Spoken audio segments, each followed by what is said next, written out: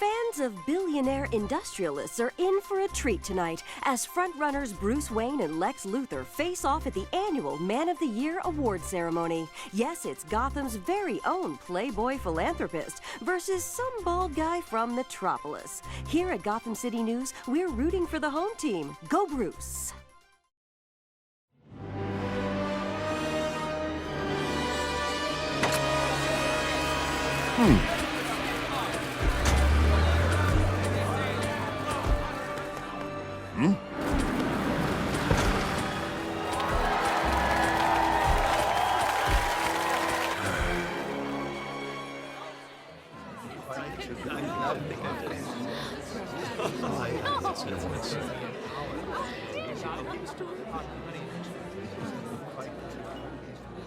Lex, I'm surprised you took time away from your presidential campaign and came all the way to Gotham City for this. Oh, dear lady, as a nominee, it's my pleasure and privilege to be here.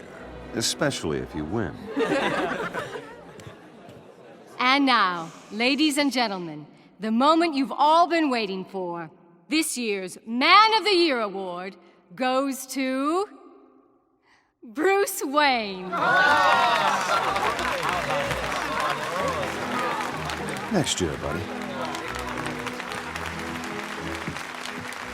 Despise that guy.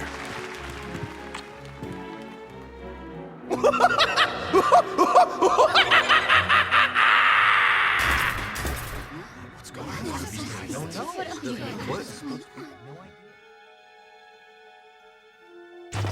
Who has been there for you? One man who has made it his mission to improve the lives of people around him. He has remodeled our buildings, helped keep our banks free of unnecessary clutter.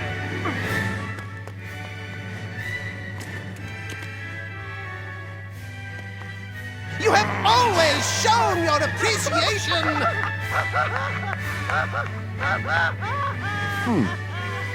And why stop now?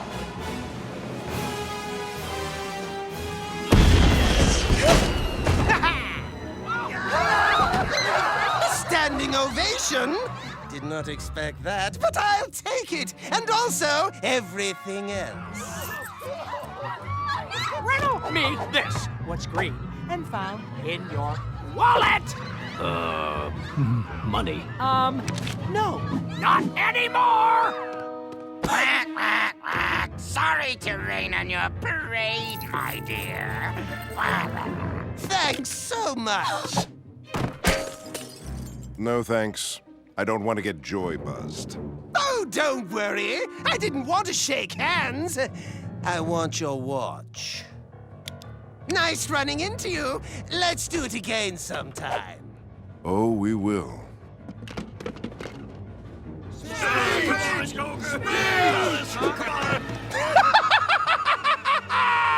What a night! Such an honor. Words fail me. I'm speechless. Who am I kidding? When am I ever speechless? And what a thrill to finally see myself on the big screen. Look at that face. It's like, what's he gonna say? What's going to come out of that mouth of his? Sorry to wipe that grin off your face, Joker. You're not sorry. You're not sorry at all. Come and get me!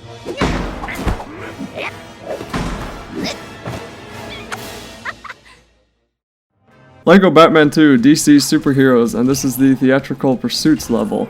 And this is obviously the first level in this game and the first video of my walkthrough that I will be doing, and it will be a complete 100% walkthrough. First starting with the 15 levels of the story mode, and for the most part I think they were pretty good. I kind of wish that they had added a villains campaign instead of just the heroes like they did in the first LEGO Batman, even though it was a lot of fun playing through this as the Justice League and as Superman and Batman. That was a lot of fun.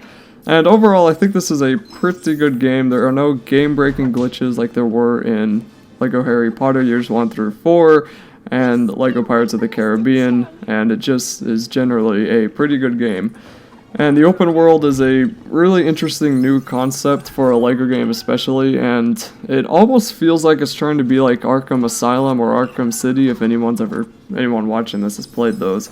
And those were amazing games, but at the same time it's Lego, so it can't possibly be those. But open world's still pretty cool.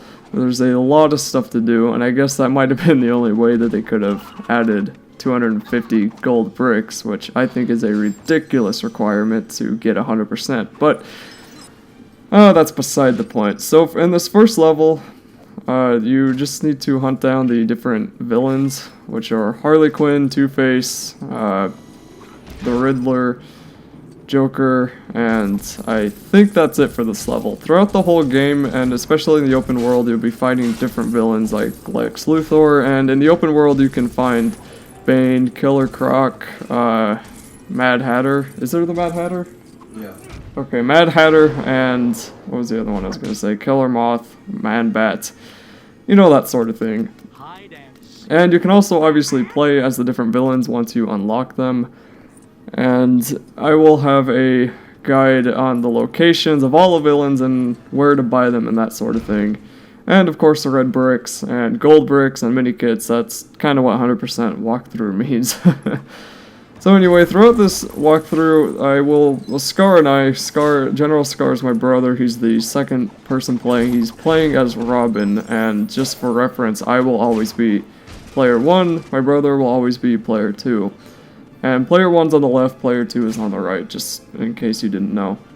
So anyway, what was I gonna say? I don't remember. Anyway, throughout this guide we'll just be going through and obviously doing the levels, and there are different suits, that's what I was going to say. There are different suits you can use as Batman and Robin, and this kind of goes along with the first Lego Batman game, and you just build these kind of terminals that you can jump into to change into different suits that have different abilities. And the first suit you'll run into is the sensor suit. And it allows you to get past these beams and also scan things. And of course there are members of the Justice League that can use a lot of the different abilities that these suits give you. But you don't really get to play as the Justice League until you beat the game, or until you get to the end of the game. And you don't unlock any of the characters until like the last 2 levels of this game. And throughout the whole game, in case anyone's interested, there are 15 levels. And it took Scar and I around 4 hours to beat all 15 levels, so it's not a long campaign by any means, but it's still a ton of fun. And just in case you're interested, an hour of those 4 hours is all cutscene, and I actually have a video of every single cutscene if you want to watch it. It's almost like a little movie. But if you care about spoilers that much for a Lego game, you probably want to beat it before you watch it, because you know, there might be some, but Lego games don't really have much of a story, and this is a pretty good story. I have no idea if it was actually a real Batman story from like comics or anything, or if it was just completely made up by the people who made this game. I don't know. But either way, I think it was perfect for one of these little just side stories that Batman and Robin always seem to find themselves caught into. And for the most part, that's basically how this guide's gonna work. That's how the whole thing's gonna feel, I guess you could say. And throughout the rest of it, I will probably be focusing more on the level, because right now I have not talked about it at all. And as a general, like, what I think about the level designs, I think they did a pretty good job. They feel a lot more like the original Lego games than a lot of the newer Lego games have.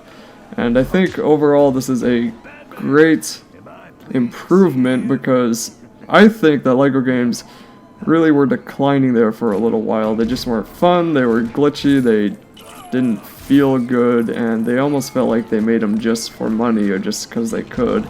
And it seems with this game and some of the previous Lego games, they kind of realized that they did that, and that's why they got better, because they were like, oh, we were making these for fun first, we weren't making these for money.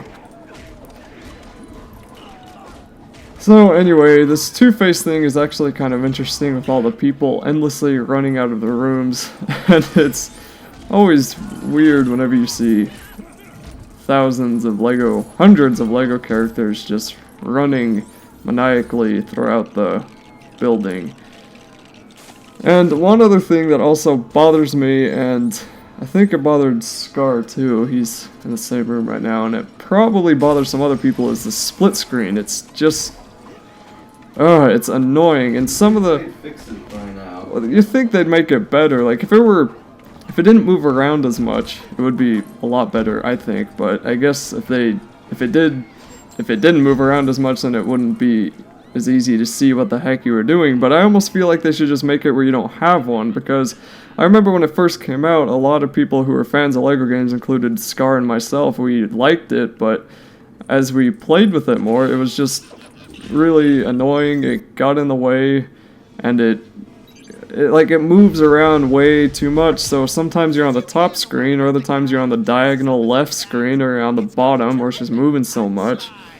And a lot of the times it's easier just for someone to drop out so the other person can see exactly what they're doing.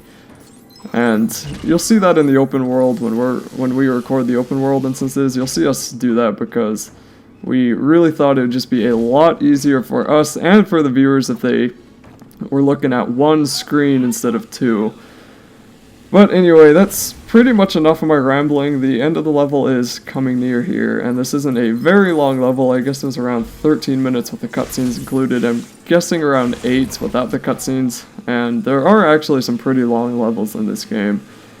And that's pretty much it for this one though. Thanks for watching, and continue on if this video has kept your interest.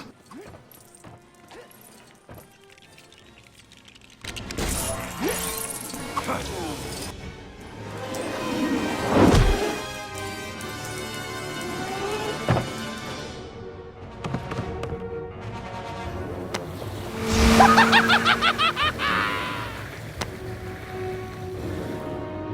quack.